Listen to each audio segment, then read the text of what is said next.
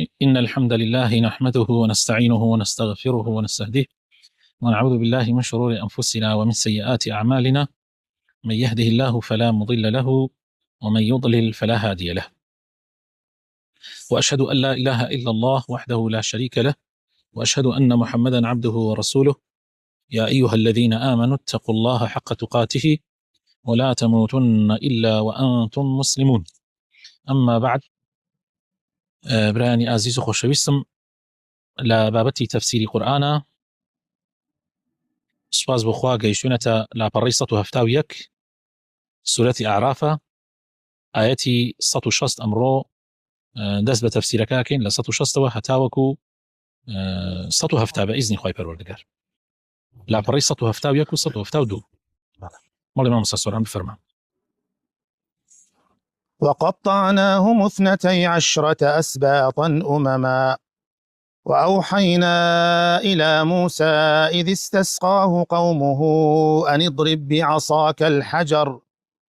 فانبجست منه 12 عينا قد علم كل أناس مشربهم وظللنا عليهم الغمام وأنزلنا عليهم المن والسلوى كلوا من طيبات ما رزقناكم وما ظلمونا ولكن كانوا أنفسهم يظلمون. خۆشەویستەکانم بابەتەکەمان هەر لەسەر بەنی ئیسرائیل و پێغەمبەر موسای عەلەیهی السەڵاتو وەسسەلام پەروەردگار ئەفەرمێ وقطعناهم 12 أسباطا، واتە بەنو ئیسرائیلمان دابەش کرد بۆ 12 هۆز و قەبیلە یا 12 گروپ، يعني بەڵام بەپێی نەسەب و قەبیلە بوو. هەر هەمووشان لەنەوەی پێغەمبەر یعقوب بوون عەلەیهی السەڵاتو وەسسەلام، يعني بني إسرائيل يعني نەوەکانی یعقوب عەلەیهی السەلام. وأوحينا إلى موسى إذ استسقاه قومه، دیارە ئەوان لەو شوێنن کە سەرگەردانی شوێنی سەرگەردانی تەیە کە خوای پەروەردگار عقوبەیانی دا 40 ساڵ بەنی ئیسرائیل زۆر تونیان بوو، يعني تونێتی تەواو تەنگی پیاڵ چنین داوایان لە پێغەمبەر موسا کرد کەوا ئاویان بۆ دابین کە ئاوی خواردنەوە، ئاوی پاکی خواردنەوە. جا خوای پەروەردگار ئەفەرمێ وأوحينا إلى موسى، وحیمان بۆ موسا نارد کاتێکە قەومەکەی داوای ئاویان لێ کرد إذ استسقاه قومه أن يضرب بعصاك الحجر. خوای پەروەردگار پێی فەرموو کەوا بە گۆچانەکەت بە داردەستەکەت بەلە ئەو تاوێرە، تاوێرێکی زۆر گەورە بوو، فەرمووی بدە لەو تاوێرە کە دای لەو تاوێرە فانبجست منه 12 عينا، 12 لە 12 شوێنەوە يعني بەردەکە ئاوی لێ دەرچوو تەقی بوو وەکو کانی ئاوی لێ دەرچوو. قد علم كل أناس مشربهم، موسى عليه السلام دابشی کرد بەسەر هۆزەکانە، ئەمە بۆ هۆزی فلان ئەمە بۆ هۆزی فلان، ئاوا بەو شێوازە بۆی کەسیان قد علم كل أناس مشربهم، هەر قەومێک مەشربی خۆی زانی تا لەسەری نەبێ بە شەڕیان و کێشە دروست نەبێ لە نێوانیانە. طبعا ئەمە لە سورەتی البەقەرە جارێکی تر ئەمەمان باس کردووە بابەتە لە ئاەتی 60 خوای پەروەردگار فەرمێەوە إذ استسقى موسى لقومه فقل نضرب بعصاك الحجر فانفجرت، لبێ فەرمووی فانفجرت منه 12 عينا قد علم كل أناس مشربهم كلوا واشربوا من رزق الله ولا تعثوا في الأرض مفسدين، يعني لبێ لباسي سورەتی تفسيري سورەتی البەقەرە باسمان کرد. بەڵێ ئەمجا خوای پەروەردگار فەرمێ وظللنا عليهم الغمام، ئەمجا خوای پەروەردگار هەوری سپی کرد بە سێبەر بۆیان بۆ فێنکی بۆ ئەوی فێنکیان کاتەوە و لە گەرمای خۆر بیان پارێزی، ئەمەش ڕەحمەتێکی خوای پەروەردگار. وأنزلنا عليهم المن والسلوى، ئەمجا خوای پەروەردگار گەزۆی بۆ دابەزاندن کە خواردنێکی شیرین و خۆشە لەگەڵ سەلوا. هەندێک ئەڵێن سەلوا هەنگوینە، هەندێک شڵەن باڵندەیەکی گەورەترە لە سوێسک، بە کوردی خۆمان هەندێک لە تەفسیرە کوردیەکانە ئەڵێن شەلاقەی ناوە، من نەمبینی ئەو تەیرە، ئەڵێن گۆشتێکی خۆشی هەیە. خوای پەروەردگار ئەوەی بۆ دابەزاندن و پاشان پێی فەرموون كلوا من طيبات ما رزقناكم، بخۆن نۆشی گیانتان بێ لە هەموو ئەو پاک و حەڵاڵی کە خوای پەروەردگار بۆی دابەزاندن و سوپاسگوزاری خوای پەروەردگار بن، يعني سوپاسی خوا بکەن لەسەر ئەم نیعمەتی خواردن و خواردنەوە کە بۆی دابەزاندون.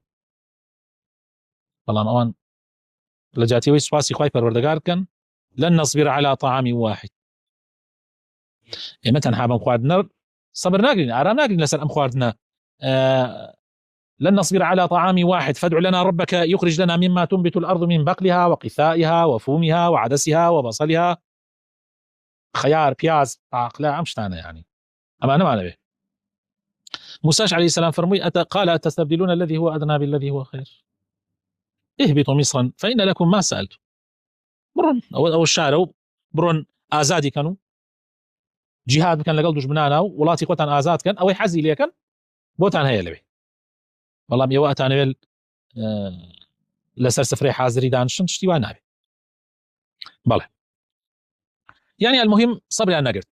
خوي تعالى فرمي وما ظلمونا سپاس گزار نبون شكري خوي پروردگار أن نكر جاء خوي تعالى فرمي وما ظلمونا ولكن كانوا أنفسهم يظلمون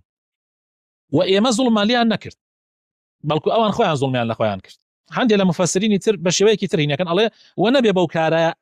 كأوان كرديان تواني بيتيان ظلم لي ما بكن بلكو ظلميان لخودي خويان كرت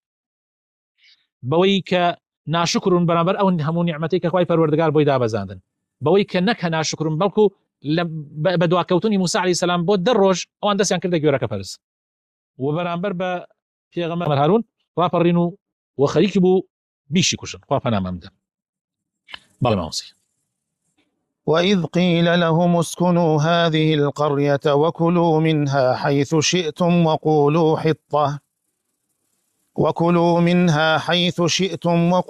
حطة وادخلوا الباب سجدا نغفر لكم خطيئاتكم سنزيد المحسنين. والله حروها في غمر خواهي قوربا في غمر محمد صلى الله عليه وسلم أفرمي يا ديان بخلوا كبابا بيراني أوان خواهي تعالى في فرمون برونا بيت المقدس يعني برون جهاد كان وبيت المقدس لدستي دجمنان تان بس النوا وكلوا منها حيث شئتم اويك حزي ليكن لخواردن او داواكار يعني داوايا كان حموي لبه باخو باخشاتي تاعي شوني زرعاتو اويك حزي ليكن دساتون حيوان راجل كان اتوان ولاخ راجل كان المهم وكاتكش اشنا جوروا بلنشي وقولوا حطه دواب كان خاي پروردگار لغناعتان خوش بي بلين يا ربي خوايا ليه ما نخوش بي لقنا حكان ما نخوش بي لو زيادة الروياني ككرت من ليه ما نخوش بي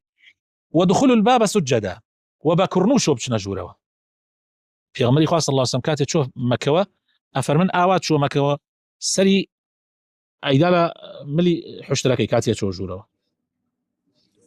نكبة لود برزي وباهينو بشنا جوروا بلكو بس سجدوا بكرنوشو بشنا جوروا مشوا كاتا لقنا حكان تنخوش بين نغفر لكم خطيئاتكم سنزيد المحسنين وبيقومان او كساني ك چاككارن يما تابع هر کس سپاس گزار بي چاككار بي خوي تعالى بوي زيادك لئن شكرتم لازيدنكم آية اوان آوايا نكرت كخوي تعالى بياني فرمو نخير فرمو ما مسسورة فبدل الذين ظلموا منهم قولا غير الذي قيل لهم فأرسلنا عليهم رجزا من السماء بما كانوا يظلمون. اوان بپیچوانو اويك خوا فرموي آوابلين اوان غوريان لجاتي حطوتيان حنطة دستيان كرد با قالتا كردن و قشمريات كردن و رابواردن بپیغمبر خوا صلى الله عليه وسلم بپیغمبر موسى و بسجدنا چون جوروا يعني بكرنوشوا بملكتيوا بالعكس بشتيان لا انكردو بپشتا چون جوروا كانتيان با بخسكي بپیغمبر موسى جا خوي پروردگار افرمي فارسلنا عليهم جا خوي پروردگار سزايكي بو دا بزاندن لاسمانوا بهوي او ظلم واستموا كانجاميان دا طبعا امش بهمان شيوا لسوره البقره لاياتي 58 و 59 لويش باسمان كرد كاتي خوي پروردگار فرمي واذ قلنا ادخلوا هذه القريه فكلوا منها حيث شئتم رغدا او حزي ليكن لوي هي بوتان وادخلوا الباب سجدا لويش هرواي فرمو خوي تعالى وقولوا حطه بلين حطه نغفر لكم خطاياكم وسنزيد المحسنين بلا اوان وانك اوان غوريان فبدل الذين ظلموا قولا غير الذي قيل لهم اوانيك استمكاربون قصي خوي پروردگار ان غوري بقسي كيتر فانزلنا على الذين ظلموا رجزا من السماء بما كانوا يفسقون وهو او تاوانو بوونەوە کە کردیان کە یاخیبوون لە ئەمری خوای پەروەردگار، خوای تەعالا سزایەکی زۆر توندی بەسەرا سەپاندن. واسألهم عن القرية التي كانت حاضرة البحر إذ يعدون في السبت إذ تأتيهم حيتانهم يوم سبتهم شرعا ويوم لا يسبتون لا تأتيهم كذلك نبلوهم بما كانوا يفسقون. ئەمجا خوای تەعالا ئەفەرمێ وەیادیان بخەرەوە بەسەرهاتی أصحاب السبت. أصحاب السبت يعني هاوڵانی ڕۆژی شەممە. طبعا هەر ئاینێک لە ئاینەکان ڕۆژێکی مقدسیان هەیە کە تایە خوای پەروەردگار کە پێغەمبەری بۆ ناردوون ڕۆژێکی تایبەتیشی بۆ ناردوون کە لەو ڕۆژەیە ڕۆژی ئیسراحەتیان بێ، ڕۆژی پشوو بێ بۆیان تایە کار و کاسبی نەکەن. طبعا بۆ ئومەتی خۆمان ڕۆژی جمعەیە، بەڵام منعی کار و کاسبی نەکرا تایە إلا لە کاتی نوێژی جمعە. ئەمەش ڕەحمەتی خوای پەروەردگارە بۆ ئومەتی پێغەمبەری خوا صلی الله علیه و سلم.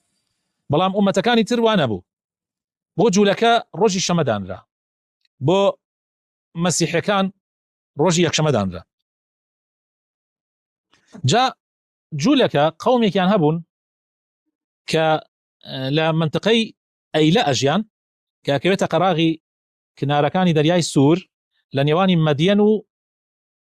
کێوی توورە. ئەم قەومە ژیانیان لەسەر ڕاوەماسی بوو. کاتێک لە ڕۆژی شەمانە کە ڕۆژی پشوو بوو ئەوە ڕاویان نەکردایە و ئیشیان نەکردایە و کاسبیان نەکردایە، ماسیەکی زۆر ئەهاتە ناو دەریاکە. ئیتر وەخت بوو وەخت و شێت بن، يعني ئەم هەموو ماسیە هەر ماسیەکان بۆ ئیمتیحانی ئیلاهی دەرەکەوتن، هەر دەرەکەوتن گرتنی زۆر ئاسان بوو، بەڵام ئەوان ئەوانیان کردایە. بەڵام ڕۆژەکانی تر ڕۆژی جمعە یا ڕۆژی یەکشەمە یا ڕۆژەکانی تر وانە بوو، يعني ئەو کۆمەڵە ماسیە نەهات، هەر ماسیەکی هەر حاڵەتێکی اعتیادی بوو. ئەمان وە نەبێ سەرکەوتوو بن لە ئیمتیحانەیە کە خوای تەعالا تاقیکردنەوە ئیمتیحانیانی کرد، چیانە کرد؟ فێڵێکیان دۆزیەوە و ئەمەش طبعا ئەتوانم بڵێم دەردی کوشندەی هەرچی ئومەتەکان هەیە کە مەسەلەی حیلەی شەرعی. ئێمە لە شەرع حلەمان هەیە، حلەی شەرعیمان هەیە و حیلەی شەرعیمان هەیە. حیلە یعنی فێڵی شەرعی، بەس حلە ئەوەیە کە تۆ کێشەیەک دێتە بەردەمت لە شەرع حرامە، بەس تۆ حلێکی بۆ دۆزیتەوە، ڕێگایەکی دروستی بۆ دۆزیتەوە کە دەربازت کا لە حرامەکە، ئەو تووشی حرام نەبی، ئەو پێوترێ حلی شەرعی. ئەمان حیلەیان کرد. چیانە کرد؟ ڕۆی مەسەلەن هەندێک لە ڕێڕەوی ئەو ئاوەیان، ئەمە ڕیوایەتێک واڵێ، جۆگەیەکیان کردەوە بەردەمیان بەست بۆی ماسیەکان بێنە ئەوێ و بەردەمی بگرن. هەندێکیش ئەڵێن لە ڕۆژی پێنجشەممە لە ڕۆژی جمعە تۆڕیان ناوەتەوە، تۆڕی ڕاوکردنەکە، ڕۆژی شەممە ماسیەکان بە زۆری هاتون بوونەتە تۆڕەکەەوە، ڕۆژی یەکشەمە کردویانەت. خۆ بەخوا ئەوە لە زمانی خۆمانە بێ سەر هەموویاڵێ وەڵا چیت هەیە، چی عیبەیەکی تایە؟ بەڵام خوای تەعالا لەمانە تووڕە بوو. واسألهم عن القرية التي كانت حاضرة البحر وثمان لسر دريابو، يعني برسال كمزان أوان تشيان بسرهات إذ يعدون في السبت. خواهي قولا أو روجي كبو يعني دانابو كاسبي تيانا كان أوان روين تعدايان كرد ودزدريجيان كرد لو روجا للروجي شمو أو في ليانا كرد. إذ تأتيهم حيتانهم يوم سبتهم شرعا، زور بزوري أهاد للروجي شميا، ويوم لا يسبتون لا تأتيهم، وأو روجي كشمنيا نأهات يعني كم أهات أوان أوفرتو في ليانا كرد بو أويك بتوان أو ماسيانا بقرن. كذلك نبلوهم بما كانوا يفسقون. طبعا أم امتحاني خواي پروردگار وبيان أيش أم امتحانش بهوي تاوانا كان خويان أبو بهوي تاوانا كان خويان أبو كخواي تعالى أم تاقي كردنا وشي كردن. بله. وإذ قالت أمة منهم لم تعظون قوما الله مهلكهم أو معذبهم عذابا شديدا قالوا معذرة إلى ربكم ولعلهم يتقون. طبعا خلقي لو شو نبون بس يباشو بشي كان دسيان كرد أو تاوانو بردوان بون لسري وازيان لينا هنا بشي كي تريشان أو تاوانيان نكردو دسيان كرد آموشگاري بنصيحت وأقادار يعني أنا كرد وكوا أما السرفيتشية و چاوەڕوانی سزای خوا بن و بە بەردەوامی نەسیحەتیان نەکرد. قەومێکی تر کارەکەیان نەکرد، بەشدار نەبوون لە کارە گوناحەکە، بەڵام نەسیحەتیشیان نەکرد. جا بە ئەمانە ئەم قەومی با بڵێن ئەمەی کە نەسیحەتیان ناکرد، بە ئەمانیان ئەوت بەمانەی وا نەسیحەتیان نەکرد. ئەیانوت ئێوە وإذ قالت أمة أو أمة بماني تري أيوت منهم لما تعظون قوما الله مهلكهم أو معذبهم عذابا شديدا. إيوه بو چی خەریکی نەسیحەت و ئامۆژگاری ئەمانن؟ ئێوە حەقتان پیانەوە چییە؟ ئەمە قەومێکن خوای تەعالا بڕیاری داوە لە ناویان ببا یان سزایەکی زۆر بە ئازاریان بدە، ئیتر ئێوە بۆ خۆتان بەمانەوە مەشغوڵەکەن. ئێستش لە لای خۆمان عینەن وایە زۆریش هەمان شت دووبارە ئەبێتەوە. کۆمەڵە خەڵکێک دەستیان داوەتە هەموو تاوانێک، کۆمەڵە خەڵکێک دووریان گردەوە نەسیحەت و ئامۆژگاری خەڵکەکەن، کۆمەڵێکشان لەو بەینە ئەڵێن کاکە ئێوە خۆتان تاوان مەکەن و حەقتانیش نەبێ لەوان. ئەو سێ تایفەیە هەیە. جا پیاوچاکان و ئەوانەی کە نەسیحەتیان نەکرد الآمرون بالمعروف والناهون عن المنكر ئەیانوت چی؟ قالوا معذرة إلى ربكم. ئەمە ئێمە وەکو حجە و بیانوویەک ئەیهێنینەوە، یعنی هێنیەکەین بۆ خۆمان، یعنی ما پۆزیشیەکە بیانوویەکە عزرێکە بۆمان لە ڕۆژی قیامەت ئەڵێن خوایە ئێمە ئەوەی لە توانامانە بۆ کردمان، نەسیحەتیانمان کرد، ئامۆژگاریانمان کرد، بۆی ببێ بە حجە بەدەستی ئێمەوە و لەسەری ئەوانیش ببێتە حجە، بێتە حجە بۆ ئێمە کە ئێمە ئەڵێن خوایە ئێمە ئەوەی لەسەرمان بۆ کردمان، و لەسەر ئەوانیش بێتە حجە نەکا بڵێن پێمانیان نەوت. ولعلهم يتقون، لەوانەیە خەڵکانێکیان هەبێ بگەڕێنەوە بێنەوە سەر ڕێبازی خوا، واز لەو نافەرمانیە بێنن. بەڵێ فلما نسوا ما ذكروا به أنجينا الذين ينهون عن السوء وأخذنا الذين ظلموا بعذاب بئيس بما كانوا يفسقون. کاتێک ئامۆژگاری پیاوچاکان سوودی نەبوو و پشتگوێیان خست وەریان نەگرت و بەردەوام بوون لەسەر سەرپێچیکردنەکە، خوای تەعالا ئەفەرمێ ئەنجەینە الذین ينهون عن السوء، ئەوانەی کە ئەمریان بە چاکا کرد و نەهیان لە خراپە کرد، یعنی قەدەغیان لە خراپە کرد، ئەوانەمان ڕزگار کرد، و ئەوانەشی کە لەسەر ئەو سەرپێچیە بەردەوام بوون و زوڵمیان لە خۆیان کرد، خوای تەعالا ئەفەرمێ هەمویانمان لەناو برد، بە سزایەکی زۆر بە ئازار و سەخت لە ناویانی برد بەهۆی ئەو تاوانەوە کە ئەیان کرد. ئەی قەومی سێیەم، ئێمە لەمانوت کۆمەڵێکیان خوای گەورە ڕزگاریانی کرد چونکە ئەمریان بە چاکا کرد و نەهیان لە خراپە کرد، و کۆمەڵێکی تریش کە لەسەر تاوانەکە بەردەوام بوون خوا لە ناویانی برد. ئەی ئەوانەی کە ئەمریان بە چاکە ناکرد، خۆیانیش نەیە تاوانەکەشیان ناکرد، لەو بەینە هەنێ لە عولەما ئەڵێن خوای گەورە ئەوانیش ڕزگار کرد. بەس ظاهیرەن من وا هەستەکەم ئەو ئاەتەی کە خوای تەعالا ئەفەرمێ لعن الذين كفروا من بني إسرائيل على لسان داود وعيسى بن مريم ذلك بما عصوا وكانوا يعتدون كانوا لا يتناهون عن منكر فعلوه لبئس ما كانوا يفعلون. أو سورة مائدة وآيات يفتحون من واحد كما بو اندابزي خوای تەعالا لعنتي كرد يعني، وأمجا لعنت كردنكاي شلون بو والله أعلم. أويك خوای تەعالا أفرمي قل هل أنبئكم بشر من ذلك مثوبة عند الله من لعنه الله. من واهسة كما ما يتناهم يربطي بيك وهي من لعنه الله يسلم لعن الذين كفروا من لعنه الله وغضب عليه وجعل منهم القردة والخنازير. بويا هندي لزانايان ألين أواني ونهيان لمنكر أمران بتشاكن أكل ونهيان لخرابن أكل خويان خرابكان أكل بس أمانك الله سرجوركان يان خوي تعالى كدنيا ميمون وبراس سرجوركان يان نزالكان يان أواني لواني يعني وكبلي بر رزقاربون كوتبيتن شو كفقيرانا نازانيا وهو كاري أوانو أما يعني بلام أمانة سرجوركان يان خوي تعالى كدنيا ميمون وبراس والله أعلم. بله ما مستسور. فلما عتوا عما نهوا عنه قلنا لهم كونوا قردة خاسئين. أما يتشمل وهستكم أو بوجيد بوهني السيامة بوكو ملي سيامة كاتيك بيباكانو بفيزوا دريجان بكاركاني خوان دا خوي تعالى أفرمي بيان مانود ببن بميمونيكي الزليل والرسواو دركراو. الله أعلم. وإذ تأذن ربك ليبعثن عليهم إلى يوم القيامة من يسومهم سوء العذاب إن ربك لسريع العقاب وإنه لغفور رحيم. وپەروەردگارت بە ئاشکرا ڕای ئەگەیەنێت و سوێن ئەخوات کە کەسانێک ئەنێرێتە سەر ئەم یاخیبوانە ئەم جوولەکانەی کە بەردەوام دژایەتی پێغەمبەرانەکەن و سوپاسگوزاری خوانین و یاخین لە فەرمانەکانی خوای تەعالا بەردەوام خەڵکانێک ئەنێرێت سزایان بدەن، یعنی ڕسوایان بکەن لەسەر زەویە حتا ڕۆژی قیامەت جوولەکە بە ڕسوایی ئەژێ ئیلا لە هەندێک حاڵاتانە بێ ئیلا لە هەندێک حاڵاتانە بێ کە خوای تەعالا چەند دەرچەیەکیان پێ ئەداوەی لە سوورەتی ئیسراء ئەباسیەکە لە دوو حاڵەتە ئەوان دەسڵات ئەگرنە دەست ئیتر ئەگینان ژیانیان پڕە لە ڕسوایی و لە سەرشۆڕی بەهۆی ئەو کارە خراپانیانەوە کە ئەیان کرد. بەڕاستی لە سزادانە خوای پەروەردگار زۆر خێرایە و هەروەها پەروەردگاری تۆش ئەی پێغەمبەری خوا صلی الله علیه وسلم لێبوردەیە و بەبەزەیە. یعنی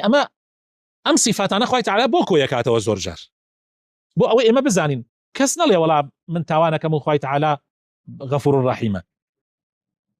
و بۆ ئەوەی کەسانێکیش وا نەزانن کە تاوانیان کرد ئیتر ڕەحمەتی خوا نایانگرێتەوە، خوا قەتیان خۆش نابێ، بۆیە خوای تەعالا هەردووگی بەیەکە دێنێتەوە. یعنی تۆ ئەگەر چەندێ تاوان بکەی ئەبێ ئومێدت هەبێ کە خوای تەعالا لێت خۆشە بێ، و لەولاشەوە نابێ ئینسان ڕەحمەت و بەزەیی خوا وای پێ بکات کە لە سنوور دەرچێت. بەڕاستی بێژە خوا غەفور ڕەحیمە دای و خەڵکی زۆر هەیە واڵێ کورە بابە بەو شێوەش نییە تۆ باسێکی ئێوە تا خوای تەعالا خۆی ئەفەرمێ خوا شەدید العقابە خوا سەریع العقابە. ئیتر یعنی ئەم دووینەوە یەکەوە دێنێتەوە، ئەمەشەوە حکمەتەکەی والله أعلم. یعنی تۆ نەبێ ئومێد بە نش ئومێدی زیاد لە حدت هەبێ، بەڵکو دائما ئینسان ئەبێ لە بینی خەوف و ڕەجا ئابژێ، هەم بترسێت لەوەی خوای تەعالا بەری عەزابی خۆی نەخا و لا یعنی لە سزای خوا بترسێ، و هەروەها لەولاشە ئومێدی هەبێ کە بەری ڕەحمەتی خوا ئەکەوێ. لەو بینەیە بژێ ئینسان بەڕاستی ئینسانێکی وەسەطی دەرەچێ. بەڵام هەر کاتی ئەمە زاڵ بوو بەسەرتا، یعنی لایەک زاڵ بوو بەسەر ئەو لاکەی ترە لە سنتەر دەرەچێت، یعنی تەوازونەکە تێکەچێ. ئێمە سیارە ماوەی جارێ ئەبێ بیبیتە لای بەڵانس و میزانیە، بەڵانس و میزانی کە ئەگەر ئاگات لە خۆت نەبێ بەڵانس و میزانی نەکەی لە دەستە دەرەچێت. ئەوە زۆر زۆر گرنگە. ئەم ئاەتە لێرە بەڵانس و میزانی ئەدا بە ئینسان، یعنی بەڕاستی ئەم سیفەتانە شەدید العقاب یان سەریع العقاب لەگەڵ چیە؟ لەگەڵ غەفور ڕەحیمە. وقطعناهم في الأرض أمما منهم الصالحون ومنهم دون ذلك وبلوناهم بالحسنات والسيئات لعلهم يرجعون. خوای پەروەردگار ئەفەرمێ لەسەر زەویە ئەوانمان کردە چەند نەتەوە و ئومەت و چەند کۆمەڵێک، خەڵکانێکیان هەیە چاکەکار و ساڵحن، ینی لە جوولەکەش خەڵکی ساڵح و چاکەکاری تیا بووە، و خەڵکانێکیشیان هەیە غەیری ئەوەن عکسی ئەوەن سبحان الله لادەر لە ڕێگا، و خوای تەعالا هەموویان تاقیەکاتەوە چۆن ئێمەش تاقیەکاتەوە. وبلوناهم بالحسنات يعني ويبلونا أيضا بالحسنات بخوا والسيئات، يعني خوای تەعالا بەخۆشی و ناخۆشی خوای تەعالا تاقیمانەکاتەوە بۆ ئەوی بگەڕێنەوە بۆ لای خوای پەروەردگار، واز لە یاخیبوون بێنین، واز لە فیز و تەکەبور بێنین. ئیسا نەخۆشی بۆ ئەوەیە کە تۆ بیرکەیتەوە کە نەنازی بە خۆتاوە بە جەستەی خۆتاوە بە لاشەی خۆتاوە بە پارە و پولی خۆتە، هاتوو چەند زەعیفی چەندێ پارەت هەیە ناتوانانی شیفای خۆت بدەیت، چەندێ لە شەت ساغا بەرگەی نەخۆشی ناگری. بەڵێ فخلف من بعدهم خلف ورثوا الكتاب يأخذون عرض هذا الأدنى ويقولون سيغفر لنا وإن يأتهم عرض مثله يأخذوه ألم يؤخذ عليهم ميثاق الكتاب ألا يقولوا على الله إلا الحق ودرسوا ما فيه والدار الآخرة خير للذين يتقون أفلا تعقلون. فخلف من بعدهم خلف ورثوا الكتاب يأخذون عرض هذا الأدنى. لسورة مريم قال تعالى كباسي پیغمبرانك أو أمانة أمجا فرمي فخلف من بعدهم خلف أضاعوا الصلاة واتبعوا الشهوات فسوف يلقون غيا. لدواي أوكو مالا بياو چاكا لدواي أوكو پیغمبران پێغەمەران و صالحینە کۆمەڵە خەڵکێکان سبحان الله وەریث الكتاب يعني کتابەکەی خۆیان بە میراتی بۆ مایەوە يأخذون عرض هذا الأدنى سبحان الله کتێبی خوا ئەخوێننەوە بەڵام بەپێی هەوا ئارەزووی خۆیان گۆڕانکاری تیاکرد لە یەکدانەوە و تەفسیری ئەو ئاەت ئەو کتابە ئەو ئاەتانە ئەگۆڕن بەپێی هەوا ئارەزووی خۆیان وطبعا ئەمەی کە خوا ئەی فەرمێ بۆ بەنی ئیسرائیل بۆ ئێمەشە برا ئێمە چەندین عالم و مەلامانەیە ئیسە دین ئاواکەی فقهی گۆڕێ بە گوێرەی هەوا و ئارەزووی کاربەدەستان دینەکە گۆڕێ بە گوێرەی هەوا و ئارەزووی دەوڵەمەندەکان دینەکە گۆڕێ والله من خەڵک ئەناسم دەوڵەمەند هەیە یارمەتیەدا بە بەردەوامی دەستیان لە دەنیا خوا ئەگەدارە ئەو دەوڵەمەندە هەر چۆن بێوێ ئەم ئاوا فتوای بۆدا طبعا هەشمانە بڕێ مەلای مەشهوریش هەیە لەم کوردستانە و لە هەموو عالەمی ئیسلامیشە کاربەدەست هەرچی بڵێ ڕێک ئەوە کاتە فتوە بەداخەوە جا خوای تەعالی فەرمێ بەداخەوە خەڵکانێکی ئاوان کتاب گەیشتە ئەوان بوون بە میراتگیری پێغەمبەران بە میراتگیری ئەو پەیامە بەڵام سەیرەکەی ئەیفرۆشن ويقولون سيغفر لنا هذا اخوالي ما نخوش باش نيه يعني او شديد العقاب وسريع العقاب يعني لبين شو اخر مزور كي شيء قوريه يعني هر او احبار الرهبان وان وتبويا شن كوتو كان شان هر ما اشتري وان ياتيهم عرض مثله ياخذوه الوي دين غوري بها ارزوي خويا هوا ارزوي كاربدسي كان دسلا داري دو علين كاكا وتوباكين دەی دوای ئەوە تۆباکەین پەشیمانە بینەوە بەڵام دوای ئەوە خوای تەعالی فەرمێ ئەگەر دووبارە هەمان کاڵا بێتە بەردەستیان کە دینی پێ بفرۆشن ئەمان شێوە دووبارە ئەیفرۆشنەوە سبحان الله يعني بە بەردەوامی ئەمان هان لەو تجارەتە دین فرۆشتن بە دنیا ئەمە بۆتە دەیندەنیان يعني یەک ڕۆژ نییە یەک جار نییە دوو جار نییە ئەمە بۆتە دەیندەنیان ئەوان بە بەردەوامی واکەن جا خوای تەعالی فەرمێ ئەلەم يؤخذ عليهم ميثاق الكتاب ألا يقولوا على الله إلا الحق ئایا باشە میثاقی کتاب پەیمان لە کتابی خۆیان پەیمانمان لێ وەرنەگیراوە کەوا بە ناوی خواوە حەق نەبێنەیڵێین ئایا پەیمانیان لێ وەرنەگیراوە وەدەرسوا ما فيه و بە جوانیش لەو پەیمانە تێگەیشت و بە جوانی لە تەفسیری ئەو ئاەتانەش تێگەیشتون بەڵام بەداخ جا خوای تەعالی فەرمێ بەڵام ئیمانداران وانین عالمە ڕاستەقینەکان و عەمامە سپێ پاکەکان وانین لا أوان والدار الآخرة خير للذين يتقون أفلا تعقلون بيقومان سركوتنو بردنوي قيامة الرجل دعي باشترى بكسانك كخوان لنا فرمانيا كاني خواي پروردگار أفار يزن آية فهم ناكن يعني آية بيري لناكن أفلا يعقلون يعني بس للجير واتو العقل واتو آية جير نابن آية فهم ناكن وتناكن لكو تعيش على آياتي أخيرة فرمي والذين يمسكون بالكتاب وأقاموا الصلاة إنا لا نضيع أجر المصلحين الله چەندی خۆشە يا ربي بەڕاستی ئەو کەسانەی کە دەستیان بە کتابەکەی خوای پەروەردگار وەگرتووە لە هەموو زمانێکە و بە تەواوەتی لە خۆیانە جێبەجێ ئەکەن و نوێژەکان لە کاتی خۆیان ئەنجام ئەدەن بەڕاستی خوای پەروەردگارە فەرمێ ئێمە هەرگیز ئەجر و پاداشتی چاکسازان و يعني مصلحين ومحسنين هەرگیز ئەجر و پاداشتی ئەوانە نافەوتێنین هەرگیز بە تەواوەتی ئەجر و پاداشتەکانیان ئەدەینەوە لە کاتی خۆیان داواکارم خوای پەروەردگار لەوانەمان بژمێرێ یا ڕەبی خوایە فیتنەی دنیا نەمان خەڵەتێنێ یا ڕەبی خوایە لەوانە بین کە ئاەتەکانی تۆ ئەخوێننەوە دوای عەمەلی پێکەن یا ڕەبی لەوانە نەبین کە ئاەتەکانی تۆ ئەخوێننەوە دوایی بۆ هەوا و ئارەزووی خۆیان یا بۆ نرخێکی کەمی ئەم دنیاە نرخی کەم براینە لەیرەمە بەسمان ئەوە نییە یعنی نرخەکە زۆر بێ بیفرۆشن هەرچەندە زۆر بێگەر هەر هەموو دنیاش بێ نرخەکەی کەمە یا ڕەبی لەوانە نەبین ئاەتەکانی تۆ بە نرخێکی کەمی ئەم دنیاە بگۆڕنەوە آمين آمين سبحان ربك رب العزة عما يصفون سلام على المرسلين والحمد لله رب العالمين